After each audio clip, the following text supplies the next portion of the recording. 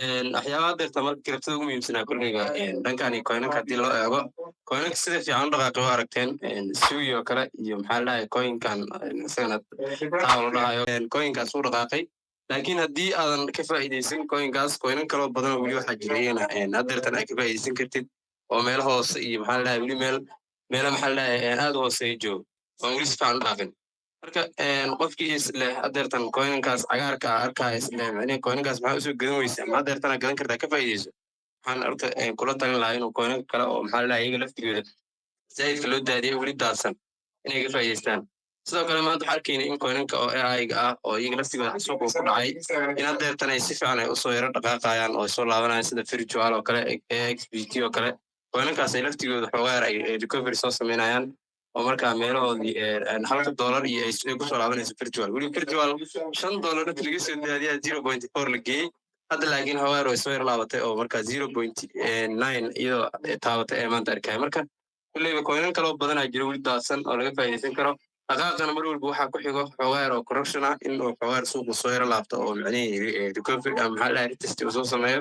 retestigaas haddaa kaga faa'iidaysan kartid oo markaa meelahaas ay ka gadan kartid oo kale laakiin asoo cagaaran oo kor u socdo isku gelin waxaa laga yaabaa in maskaxda ay isbedesho marka ku dhaqaaqa marka cagaarkii waxaas leeda waa gadatay meel hoose meel fiicanaa ka gadatay laakiin markii retestig lasoo sameynaa lasoo laabana waxaas leeda meesha laga imaada lagu laabanaa midida qaab kale u fikiraysaa dhibaato kalaa kugu dhici karto coinanka marka daadsan ka faa'iidayso haddaad research ku samayso marka waxyaabaha kale marka kiribtada ugu muhiimsanaa haddaynu sii fiirino oo niyuusidii maanta ugu dambeeyey ama waxyaabihii maanta dhankani kiribtada kasoo baxay haddaynu soo gudagalno waxyaabaha ugu muhiimsanaa waxaa ka mid ah inaan arkayni maanta maxaa la dhahay federal reservega inuu leeyahay waqti dheer looma baahno camal in maxaa la dhahay bangiska ama bangiyada ay provide gareeyaan in bitcoin cripto iyo waxaas dhan ay support gareeyaan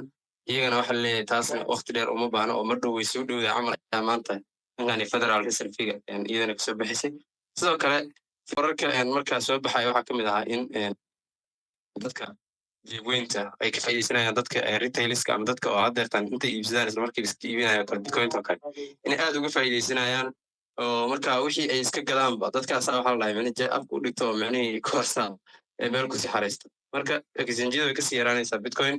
jiro marka ETFyada waxaa la leeyahay dhankani maraykanka kolley waxay iibsadeen 25,000 oo BTC saddexdii maalin ugu dambeysay taasoo ka dhigtay in $2.3 bilyan oo dollar ay suuqa soo geliyaan marka oo suuqan ay si fiican u dhaqaajiyaan bitcoin hadda ay joogto bar oo maxaa la dhahay resistance aad u adkaa oo ay maalmahan oo dhan ay ku meermeeraysanaysay oo 95 kuna haddeertanna kolley inay jibisaan rajaynaynaa oo ilaa 98 kadibna ay markaa sii dhaqaaqda ayaan markaa rajaynaynaa sidaan ka arkayno sidoo kale net inflowga maanta ama marka iyo shalay marka cripto soo galay bitcoin keliya ETFyadeeda waxaa soo galay 442 milyan ethereum waxaa soo gashay 63.50 iyo 63.5 milyan camal ayaa ethereum dadka ETFyada iibsadeen sidoo kale waxaa la leeyahay UAE ama dhankan iyo imaaraadka ruya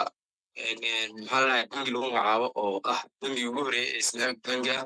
oo aqbala ama iibsada ama ogolaada inay customerskiisa iibsan karaan ama ay ku iibsan karaan lacagta macnii bangigaas taal bitcoin waa kamani ugu horeeya islamic bangi oo marka dhankan iyo imaaraadka aqbala inay bitcoin ay iibsan karaan dadka asaga macaamiishu ah sidoo kale waxyaabaha kale u muhiimsanaa waxaa ka mid ahaa cardano converterkeeda wuxuu leeyahay ethereum waxay sharci doontaa ama maxaa la dhahay survive garayn doontaa 10 ilaa 15 sano ay soo socoto sidoo kale waxyaabaha kale u muhiimsanaa dhankani kiribtadana waxaa ka mid ahaa nimankan ondo waa taqaanin waa RWA oo financiga waxaas ka qaabilsan tahay DeFi-ga naga shaqaysaa inay la kulmi doonaan SEC Crypto Task Force si ay ula hadlaan tokenizing US oo macnihii waxyaabahaas la xiriiro digital asset oo macnihii dhankan iyo regulationska waxyaabahaas aqbalaya SEC inay ka dhadhacsadaan ayay marka ama kala doodayaan